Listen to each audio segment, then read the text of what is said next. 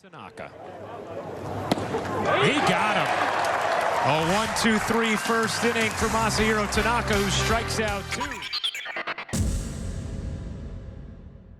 So with all of the attention to the Astros cheating scandal and how they stole the championship in 2017, I think it's gone a bit under the radar that the Red Sox were mixed up in this too, to the point where they had to fire their manager.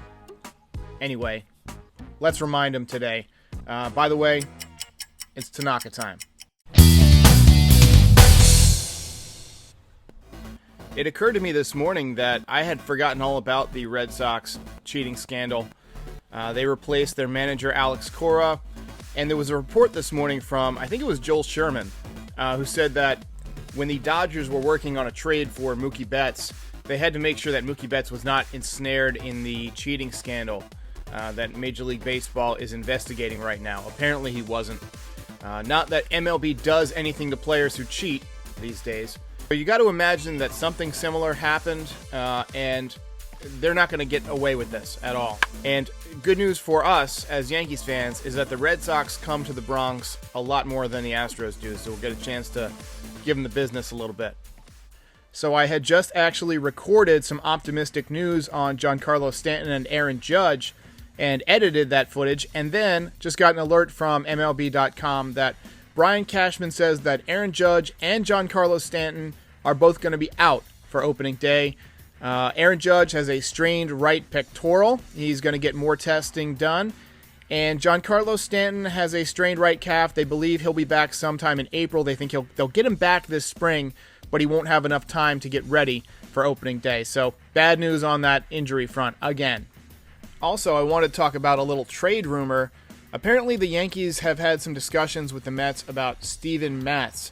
And Steven Matz he's a decent left-handed pitcher. And the Yankees do have a spot in the rotation available right now, the number 5 spot. And, if the Yankees are talking trade, maybe somebody else is feeling a little something, they might be worried about, needing another spot in that rotation. So hopefully everybody's healthy. But apparently the Mets have asked for Miguel Andujar, which, if I'm Brian Cashman, I am hanging right up. I don't think so. And Miggy for Steven Matz, not today. All right, today's lineup has a lot of recognizable names. You don't want to miss this one. DJ LeMahieu leading off at second base. Brett Gardner in center field. Gleyber Torres at shortstop having a very nice spring. The Kraken, Gary Sanchez, catching. Looks slimmed down. Everybody says he looks great this spring. Excited for the kind of year he can have. He could really be an MVP if he puts it all together for 1 year. Luke Voit at first base. And Miguel Andujar, another guy who's looked great this spring, playing left field, getting a lot of time in left field. Notice that they have Mike Tauchman, who's a great left fielder, in the lineup at DH to give him some at-bats, but they want to get Miguel Andujar some time in left field. So Miguel Andujar is playing left field. Tauchman is at DH. Gio Urshela at third base. And then Clint Frazier in right field. So there was an article this morning in the New York Post about Clint Frazier and how he has been basically unrecognizable. He's changed the way he stands in the box at the plate. He's got more of a turned-in lower half to try and uncoil on the ball a little bit better. He's looked good on defense. He seems to have matured some. And with Judge and Stanton both out for at least the beginning of April, Clint's going to have an opportunity to be the starting opening day either left fielder or right fielder for the Yankees. And hopefully he can get off to a nice start. He got off to a good start last year in Baltimore, so hopefully that helps. But we'll see how Clint does. I'm optimistic. On the mound, Masahiro Tanaka, probably going to be the number 2 man in the rotation, entering the final season of a 7-year, $155 million contract.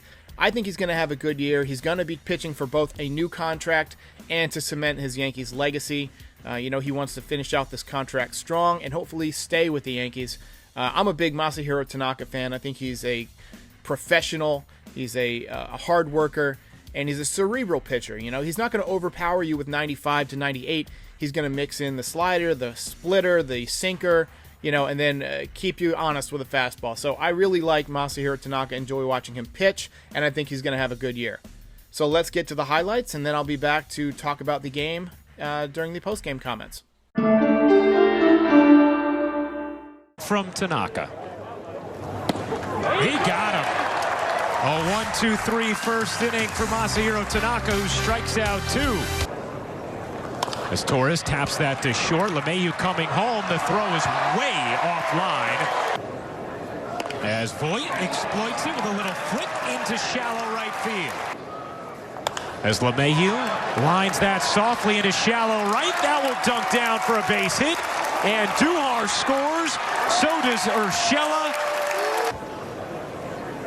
Swing and a miss. A sharp 2 innings thus far for Masahiro Tanaka, who has struck out 4. Urshela drives that in the air to center.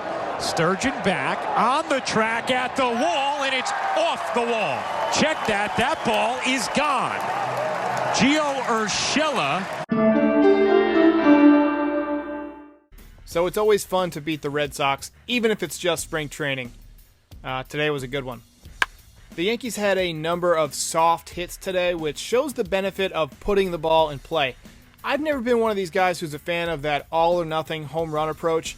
I like guys who can make contact, especially if they got 2 strikes, can just kind of shorten up and put the ball in play. Luke Voit did that today. DJ LeMahieu did that today. Gleyber Torres did that today. So it's good practice in spring training to, not always think about the home run and just think about making contact sometimes. The Yankees got 6 runs in the first inning without the benefit of a home run. I always look for things during the game that I talked about in my pregame so that I can kind of comment on how they went. And Clint Frazier looked terrific today in the box, taking pitches, taking close pitches. His swing looked quick and strong. He had a really nice foundation.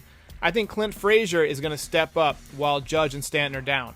DJ LeMahieu seemed like he was having better swings today than he had earlier in camp.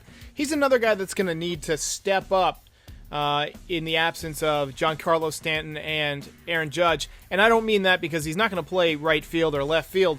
I just mean his presence in the lineup. He's going to have to get some big hits. He's going to have to continue to drive in runs like he did last year if the Yankees are going to survive the absence of their 2 biggest hitters. Just listening to Aaron Boone talk, I fully expect that Judge is going to miss most of April. It just sounds like they don't know what's wrong.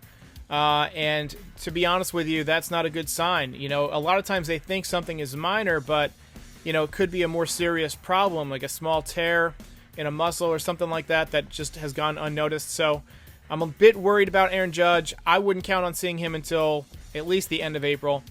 They say Giancarlo Stanton should be back sometime in April. I'd imagine he'll be back on the IL sometime in May. But let's hope that they can both get healthy and stay healthy. I don't know. I don't feel so good about it. Masahiro Tanaka. He was Tanaka today. I mean, he was 88 to 91, 92 a couple times. Splitter was mostly 85, 86, but it looked good. Had a nice shape to it. He had a nice slider, a nice little bend to his breaking ball. And he talked a little bit through his interpreter about how he's trying to shape the ball a little bit different this year. To allow him to have other pitches he can go to when the splitter is not working. So should be a great season for Masahiro Tanaka as long as he can stay healthy. That's it for me. Yankees win a big one. See you next time. If this was your first time here, I want to thank you for stopping by. Go ahead and hit that like and subscribe button. It helps other fans find the channel. I plan to do recaps and discussion of every game all season long. I've also got a weekly podcast, and I'm putting together a documentary at the end of the season. Send me your reactions at NYY Recaps on Twitter to be a part of the film. I try to reply to all comments as long as you're not being a jerk. So go ahead and leave a comment below. Tell me what you think of this game and your thoughts on the team, and I'll see you next time.